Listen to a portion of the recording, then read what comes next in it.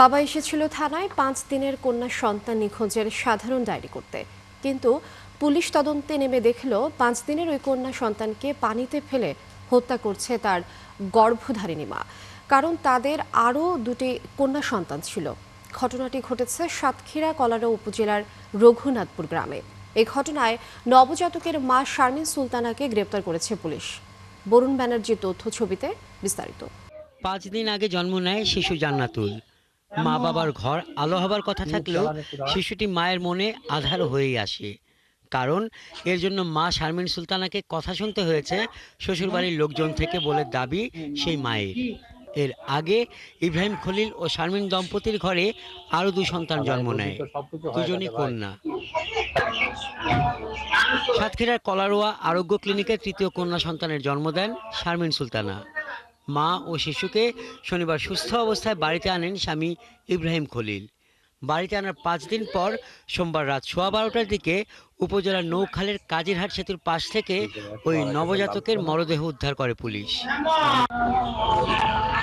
আশেপাশের লোকজন জানান, তৃতীয়বার কন্যা সন্তান হওয়ায় পরিবার থেকে চাপ ও অবহেলায় মানসিকভাবে বিপর্যস্ত ছিলেন শারমিন। এক পর্যায়ে তিনি বাড়ির পাশে সরকারি খালে নবজাতককে ফেলে দেন। কিসের জন্য যে মারিছে আমি জানি না বাপ, কিসের জন্য যে মারিছে ওই কি জানি। আমি যখন গেছি তখন 3:30 বাজে।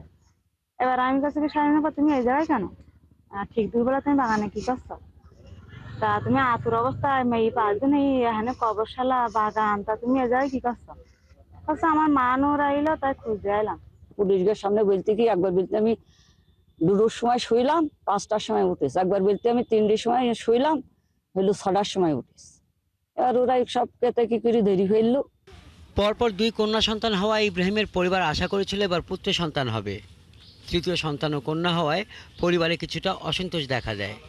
পরিবার থেকে চাপ ও অবহেলায় মানসিকভাবে বিপর্যস্ত হয়ে এমন কাজ করেছে বলে জানিয়েছে এলাকার লোকজন। যদিও কোনো রকম চাপের কথা অস্বীকার করেছেন শিশুর বাবা। আমি আমার বাচ্চাদের প্রচুর যত্ন করি, তাহলে আপনি বলে শুনতে পারেন। মারলো কেন ওটা বলতে হবে না। আমি তাইলেও বলছি, এখনো বলছি যে কি ঘটনা ঘটেছে আমি জানি না। আমি বাসার বাইরে গেছিলাম, এই পারিবারিক দ্বন্দ্বের কারণে মানে যেটা জানতে পারলাম যে বারবার কন্যা সন্তান হওয়ার কারণে এরকম ঘটনাটা ঘটেছে। আসলে এটা সম্পূর্ণ মানবাধিকার লঙ্ঘন এবং আমাদের যে কন্যা সন্তানের সুরক্ষার বিষয়, এই বিষয়টা আইনের দৃষ্টিতে দেখা উচিত। শিশু চুরির বিষয়টি সন্দেহজনক মনে হওয়ায় সোমবার রাতে ইব্রাহিম খলিলকে নিয়ে তাদের বাড়িতে যায় পুলিশ। দীর্ঘ জিজ্ঞাসাবাদের এক পর্যায়ে শারমিন সুলতানা স্বীকার করেন, বারবার কন্যা সন্তান হওয়ায় ক্ষুব্ধ হয়ে তিনি শিশুটিকে বাড়ির পাশের কাজিরহাট নৌখালে ফেলে দেন। পরে তার দেখানো স্থান থেকে শিশুটির মরদেহ উদ্ধার হয় বলে জানান কলারোয়া থানার ভারপ্রাপ্ত কর্মকর্তা। রাতে বাচ্চার দাদি উনি বাদী হয়ে মামলা দেন, ওনার নাম খাদিজা। আমরা মহিলাকে বিজ্ঞ আদালতে প্রেরণ করেছি, বাচ্চার পোস্টমর্টম করেছি।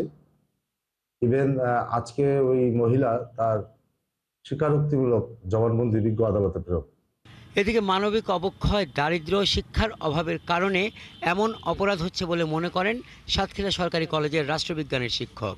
মানুষের ভিতরে যে শিক্ষার আলোটা সব জায়গায় পৌঁছে দেওয়া বা ধর্মীয় দৃষ্টিভঙ্গি, এগুলো দরকার পরিবর্তনের। শ্যামনগরের ইব্রাহিম খলিল স্ত্রী ও সন্তানদের নিয়ে শ্বশুরবাড়ি রঘুনাথপুরে বসবাস করতেন। 10 বছর আগে তাদের বিয়ে হয়। শিশুর দাদি খাদিজা খাতুন বাদী হয়ে থানায় মামলা করেছেন। শারমিন সুলতানাকে গ্রেপ্তার করে আদালতে পাঠানো হয়েছে।